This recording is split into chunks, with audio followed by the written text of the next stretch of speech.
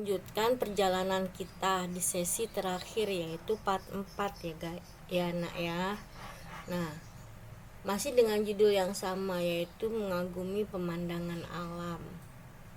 Ini part 4 untuk part terakhir untuk bagian animasi ya. Animasinya saja, nanti akan ada pengembangannya ya. Ini hanya untuk animasinya saja ya. Nah, mengagumi pemandangan alam juga judulnya di yang berikutnya nanti, mengenai storytelling ya. Nah, ini baru kita bermain dengan animasinya saja. Langkah pertama adalah lanjutannya buat codingan agar sprite burung berganti kostum secara looping. Maksudnya looping itu yaitu forever atau selamanya ya, menggunakan pengulangan. Terus yang kedua, buat codingan agar sprite kupu-kupu berganti kostum secara looping juga. Jadi di sini adanya permainan kostum ya, permainan jenis. Nah, kita cari atau kita buat sprite.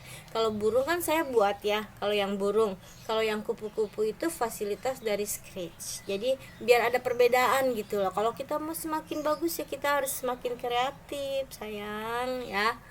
Istilahnya seperti itu ya. Semakin kreatif kita, semakin indah karya kita ya. Nah, kita mulai ya lanjutannya. Oke. Nah, di sini kita mulai dari sprite burung ya. Sprite burung itu ada berapa? Dia ada berapa kostum? Nah, sementara saya bikin baru 3. Ini yang dibikin dari Google searchingnya ya. Searchingnya dari Google yang di awal ya tadi ya, yang di site pertama ya, part 1. Jadi yang di part 1 saya menjelaskan tentang cara-caranya, pembuatannya sudah dijelaskan di sana ya. Berlaku untuk semua sprite yang model apa aja. Untuk fasilitas upload itu membebaskan kita untuk berkreasi tentang pembuatan karakter game atau sprite pada game ya, tentang pembuatan karakter-karakter pada game, membebaskan kita. Nah, untuk itu kemudian ini bagian supaya dia bisa terlihat terbang ya, enggak kaku kayak robot gitu, seperti itu. Nah, ini juga bisa diganti nama-namanya nanti ya. Bisa contohnya misalnya 1, ini 2, terus ini 3. Nah, bisa kita ganti dari sini gitu. Tapi ini tidak bermanfaat, tidak berfungsi banyak untuk penggunaan perintah kostum, next kostum. Ini akan bermanfaat untuk penggunaan perintah satu persatu kita mengganti slide-nya ya, akan sangat bermanfaat. Seperti apa Bu contohnya? Seperti backdrop ya kan.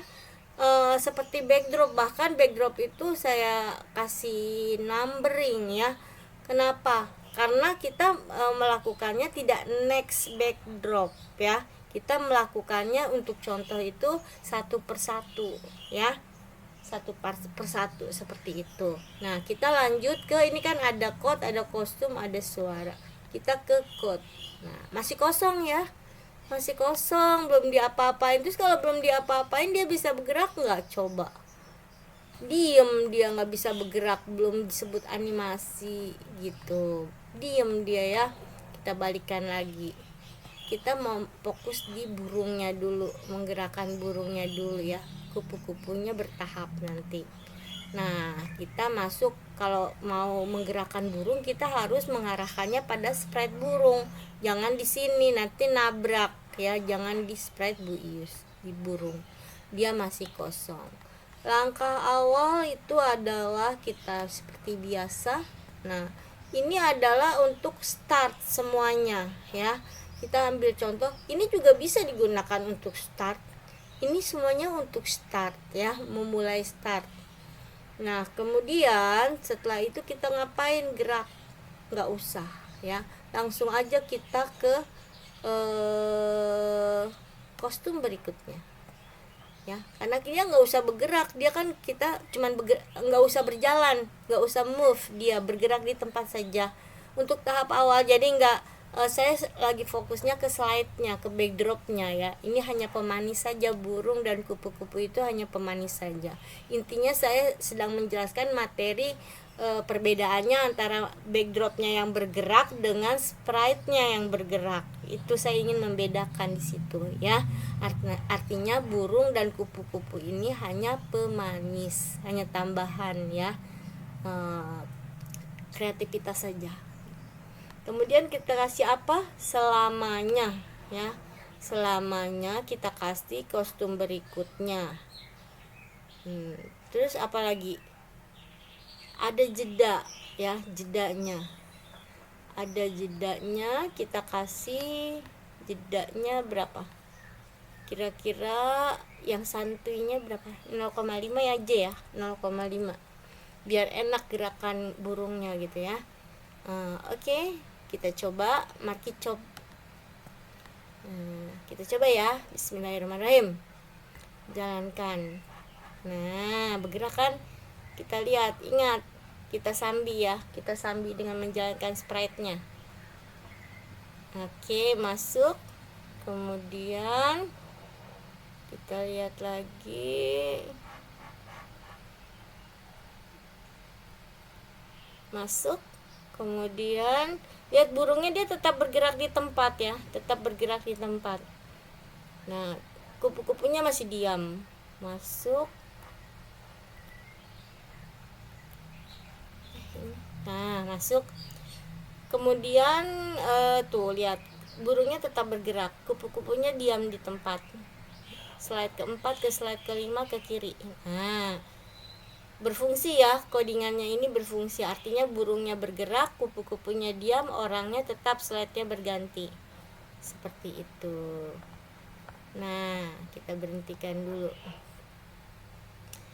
Nah, udah beres nih ceritanya si burung udah beres, udah cukup dulu segitu, karena kita materinya ini kan lebih mengutamakan kepada pergantian backdropnya, fokusnya. Jadi compare atau membandingkan antara apa sih bedanya backdropnya yang bergerak dan orangnya atau objeknya yang bergerak. Jadi dua hal yang berfungsi bergerak tetapi beda cara pengerjaannya. Nah, sekarang yang kupu-kupu nih. Kupu-kupu ada berapa sih sprite-nya, customnya? Kita lihat dulu kupu-kupu. Ini yang dari scratch ya, fasilitas dari scratch.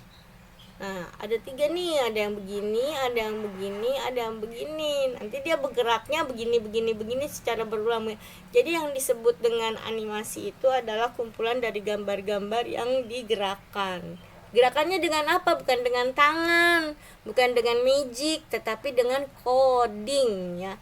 Digerakannya dengan coding bukannya dengan magic. Oke, kita lanjutkan lagi. Masih kosong. Nah, saya kasih trik, cara baru, cara praktis, yaitu dengan cara kita tarik ini ke sini, kita seret ini ke sini, tak. Nah, dapatnya dari mana, Bu? Dapatnya dari siswa ya, siswa yang udah terlatih secara otodidak, anak usia kelas 3 SD ya. Ilmu tuh belajar dari mana saja dan di mana saja. Nah, udah ada kan codingannya tanpa kita harus mengetik. Nah, sekarang market chop. Kita coba ya. Bismillahirrahmanirrahim. Sorry. Kesentuh. Kita ulang lagi. Nah, dari awal ya. Tuh, burungnya bergerak di tempat, kupu-kupunya bergerak di tempat karena codingannya sama. Sekarang orangnya set. Nah, kita berfungsi. Mereka sama tetapi gerakannya tidak sama. Ya, ingat, panah ke atas. Sekarang panah ke atas, set, masuk. Kemudian ingat lagi apa? Untuk dari ketiga ke slide keempat, panah ke bawah ya. Siap-siap. Apabila sudah di ujung, oke, masuk. Nah, yang terakhir panah ke kiri. Nah, itu yang harus kita ingat sebagai operatornya, sebagai yang mengontrolnya. Panah ke kiri, oke, berfungsi ya. Nah, berfungsi semua codingannya. Jadi tidak ada yang magic, tidak ada yang bergerak sendiri, semua harus di coding. gitu. Seperti itu.